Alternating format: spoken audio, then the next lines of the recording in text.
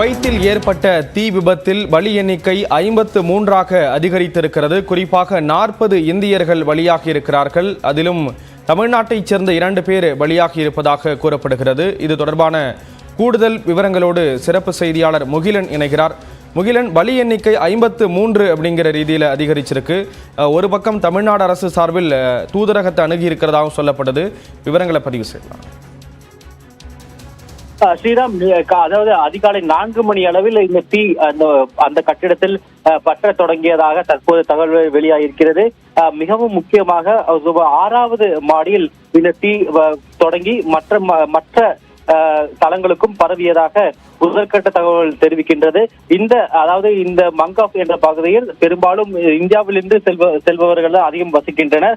அதுவும் குறிப்பாக அந்த தீ விபத்துக்கு உள்ளான அந்த கட்டிடத்தில் பெரும்பாலானோர் இந்தியாவை சேர்ந்தவர்கள், அதுவும் மிக முக்கியமாக கேரளாவை சேர்ந்தவர்கள் என்று தெரிய வருகிறது. சுமார் அந்த கட்டிடத்தில், அதாவது அந்த குடியிருப்பில் சுமார் 160 தொழிலாளர்கள், வெவ்வேறு நிறுவனங்களைச் சேர்ந்த 160 தொழிலாளர்கள் தங்கியிருந்து வேலை செய்வதாக தகவல்கள் தெரிவிக்கின்றன.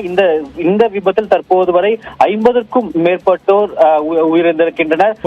தொடர்ந்து பேசலாம், இணைப்பிலே இருங்க. அடுத்ததாக அயலக தமிழர் நலத்துறைக்கான பிரிவைச் சேர்ந்த கார்த்திகேய சிவசேனாதிபதி அவர்கள் நம்மோடு இணைப்பில் இணைகிறார். அவரிடம் பேசலாம். சார், குவைத்தில் நடந்த விபத்தில் 2 தமிழர்கள் உயிரிழந்திருக்காங்க அப்படின்னு சொல்லப்படுது. அரசு சார்பாக எடுக்கப்பட்ட நடவடிக்கை என்ன சார்? அதாவது இது வரைக்கும் கன்ஃபர்ம்டு நியூஸ்னு கிடையாது. அதாவது உறுதி செய்யப்படவில்லை. இறந்திருக்கிறது கேரளாவையும் தமிழ்நாட்டையும் சேர்ந்த அங்க இருக்கக்கூடிய தொழிலாளர்கள் தான் இறந்திருக்கிறாங்க.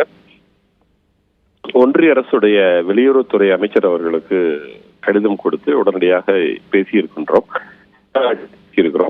இந்திய நாட்டுடைய தூதர் குவைத்தில் இருக்கக்கூடியவர் அங்கேயே கேம்ப் பண்ணி அங்க இருக்கிறத பார்த்து கொண்டிருக்கிறார். நம்மளுடைய அயலக தமிழர் நல வாரியத்துடைய உறுப்பினர் திரு மீரான்னு சொல்லிட்டு அந்த பகுதிக்கான அவர் அதை பார்த்து கொண்டிருக்கிறார். இருந்து இறந்து போனவர்களுடைய சடலத்தை கொண்டு வருவது ஒன்று. 2வது அங்க இருந்து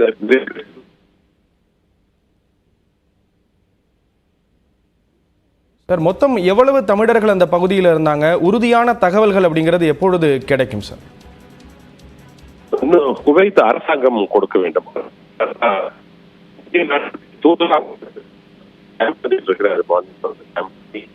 பார்த்துட்டு இருக்கிறாரு. அவருடையும் தொடர்புகள் இருக்கின்றோம். உறுதியான தகவல்கள் கிடைத்ததும் அதை பகிர்ந்து கொள்கின்றோம். இந்த 2 நபர்கள் இறந்திருக்காங்க தமிழர்கள் அப்படின்னு சொல்லிட்டு குறிப்பிடுறாங்க. அது உறுதியான தகவல் தானா? அது என்ன மாதிரியான தகவல்களை தெரியும்? அதாவது கன்ஃபர்ம்டா வரல. இப்போ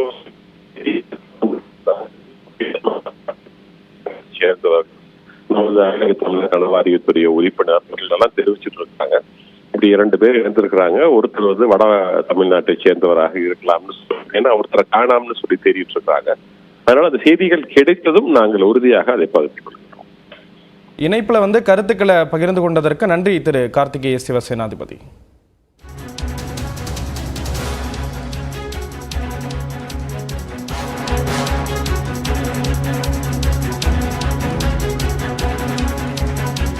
அடுத்ததாக குவைத்தில் பணிபுரியக்கூடிய சிதம்பரம் என்பவர் நம்மோடு இணைப்பில் இணைந்திருக்கிறார். அவரிடம் பேசலாம். சார், வணக்கம் சார். சார், குவைத்தில் இன்னைக்கு ஏற்பட்ட இந்த தீ விபத்துல கிட்டத்தட்ட 40 பேர், 53 பேர் பலியாகி இருக்காங்க அப்படின்னு சொல்றாங்க. அதுல 40 இந்தியர்களும் 2 தமிழர் உயிரிழந்திருக்கிறதாகவும் சொல்லப்படுது. அது தொடர்பான விவரங்கள் என்ன சார்? இப்ப என்ன மாதிரியான சூழல் அங்க இருக்கு? சார், இந்த விபத்து பார்த்தீங்கன்னா காலையில ஒரு 4 மணிக்கு நடந்திருக்குது. அதுல ஒரு 40க்கும் மேற்பட்டோர், அதாவது 43 பேர் இறந்ததா தகவல்கள் வந்துகிட்டு இருக்குது. ஸோ அதற்கான விசாரணை போயிட்டு இருக்குது. ஸோ அது போக அதுல 2 தமிழர்கள் உயிரிழந்ததா இப்ப நமக்கு சொல்லப்பட்டிருக்கு சார். சார், நீங்க எந்த பகுதியில் இருக்கீங்க? பதட்டமான ஒரு சூழல் இருக்குங்களா அங்க? ஆமா சார். இப்ப நாங்க பாத்தீங்கன்னா, அதாவது இந்த விபத்து நடந்த பகுதியான மங்காஃப் அப்படிங்கிற பகுதியில தான் நாங்க இருக்கோம். காலையில விபத்து நடந்த பகுதிக்கு காலையிலே வந்துட்டோம். அதுல உடனே நேரம் மருத்துவமனைக்கு அழைச்சிட்டு போயிருந்தாங்க. அந்த மருத்துவமனைக்கும் போயிருந்தோம். இந்த விபத்துல பலியான மற்றும் காயப்பட்ட அத்தனை பேரையும் 4 மருத்துவமனையில பிரிச்சு வச்சிருக்காங்க. நாங்க ஒரு மருத்துவமனைக்கு போயிருந்தோம். அங்க நம்முடைய இந்திய தூதர் வந்திருந்தாங்க பார்வையிட்டு இறந்தவங்களையும் பார்த்திருக்காங்க. அது போக காயப்பட்டவங்களையும் அவங்களுக்கு ஆறுதல் சொல்லியிருக்காங்க. அடுத்தது நாங்க மறுபடியும் இதுல பாதிக்கப்பட்டவங்களை வேற பாதிக்கப்பட்டு கொஞ்சம் பயத்துல இருக்காங்க சில பேர். அவங்க எல்லாம் வேற ஒரு கேம்புக்கு மாற்றி வச்சிருக்காங்க. இப்ப அவங்கள பார்க்க வந்திருக்கோம் சார். சரி சார், மீட்பு பணியெல்லாம் முழுசா முடிஞ்சிருச்சுங்களா? எவ்வளவு பேர் அங்க இருந்தாங்க? அது தொடர்பான உறுதியான தகவல்களை தெரிவிச்சிருக்காங்களா? சார், மீட்பு பணி முடிஞ்சிருக்குங்க. இன்னும் அதுக்கான தேர்தல் உள்ள போய்கிட்டு தான் இருக்குது. இன்னும் அந்த இடத்துக்கு நம்ம நெருங்க முடியல. சுத்தி குவைத் காவல்துறை பாதுகாப்பு பணியில இருக்காங்க. மற்றும் மீட்பு பணியில குவைத் காவல்துறையும் குவைத் டிஎன்எஸ் படையினரும் மீட்பு பணியில போயிட்டு இருக்காங்க. இன்னும் பாத்தீங்கன்னா அந்த இடம் ஒரு பரபரப்பாகவே இருக்குது. இன்னும் அந்த உள்ளவருடைய மனநிலையெல்லாம் பாத்தீங்கன்னா இறுக்கமான மனநிலையாவே இருக்கு. யாருமே அங்க நடந்ததை பற்றி விளக்கமா சொல்லக்கூடிய மனநிலையில யாருமே இல்லை சார்.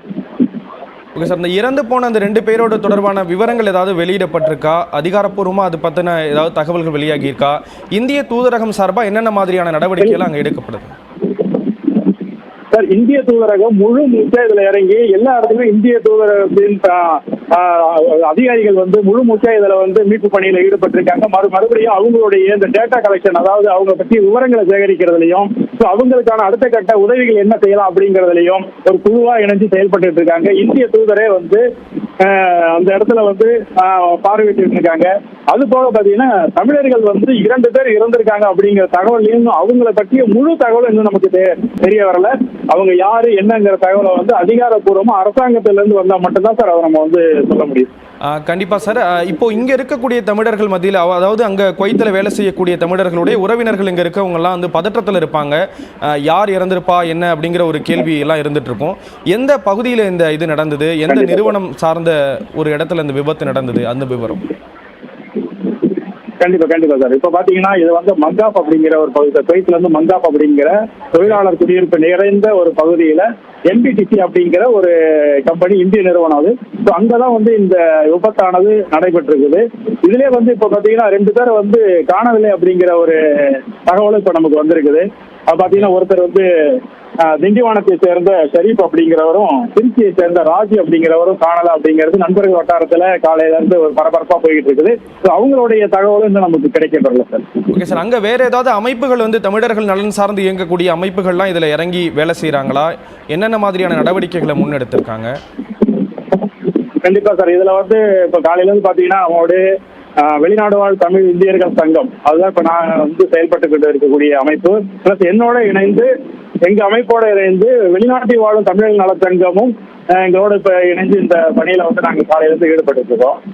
இன்னும் மற்ற அமைப்புகளும் அவங்களால முடிந்த அளவு இந்த பணியில ஈடுபட்டிருக்காங்க சார். நிறைய அமைப்புகள், தமிழ் அமைப்புகள் இதுல இணைஞ்சு செயல்பட்டு இருக்காங்க. இப்ப நாங்க காலையில இருந்து இது கூடயே நாங்க இருக்கிறதால இந்த தகவல் எல்லாம் இப்ப உங்களுக்கு சொல்ல முடியும்.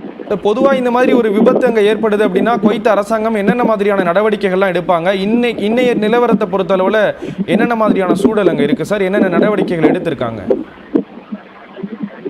குவைத் அரசாங்கம் எப்பவுமே இது மாதிரி ஒரு நிகழ்வுகள் நடைபெறும் போது கண்டிப்பா முழு ஒத்துழைப்பு கொடுத்து அவங்க உள்ள எந்த நாட்டவராக இருந்தாலும் சரி, இந்தியர்னு எந்த நாட்டவராக இருந்தாலும் சரி, அவங்க மீட்டு அவங்களுக்கான உதவிகள், அதாவது இதுக்கு அடுத்து செய்யக்கூடிய என்ன உதவிகள் செய்யணும், அது போக அவங்களுக்கு இப்போதைக்கு சிகிச்சை அப்படிங்கிற எல்லா விதத்திலையுமே குவைத் அரசாங்கம் முன்னின்று செஞ்சுக்கிட்டு இருக்காங்க. எப்பவுமே குவைத் அரசாங்கம் இங்க இருக்கிற மக்கள் எதுவும் கைவிட்டது கிடையாது. அதே மாதிரிதான் இந்த நேரத்திலையும் குவைத் அரசாங்கம், குவைத் அதிகாரிகளும் எல்லா மருத்துவமனைகள், எந்த மருத்துவமனைக்கு நாங்கள் 4 மருத்துவமனை போனதுல எங்க போனாலும் அங்க குவைத் அரசாங்கத்தின் அதிகாரிகள் பெருமளவில் இருந்துகிட்டு அடுத்த கட்டமா நம்ம என்ன பண்ண போறோம், அதுக்கு அவங்களுக்கு என்ன தேவை அப்படிங்கிற அந்த ஆய்வுல மேற்கொண்டு சிறப்பாக செயல்பட்டு இருக்காங்க. பதற்றமான ஒரு சூழல் இருக்கக்கூடிய சூழல்ல அங்க இருக்கக்கூடிய நிலவரத்தை பகிர்ந்துகிட்டீங்க. நன்றி திரு சிதம்பரம்.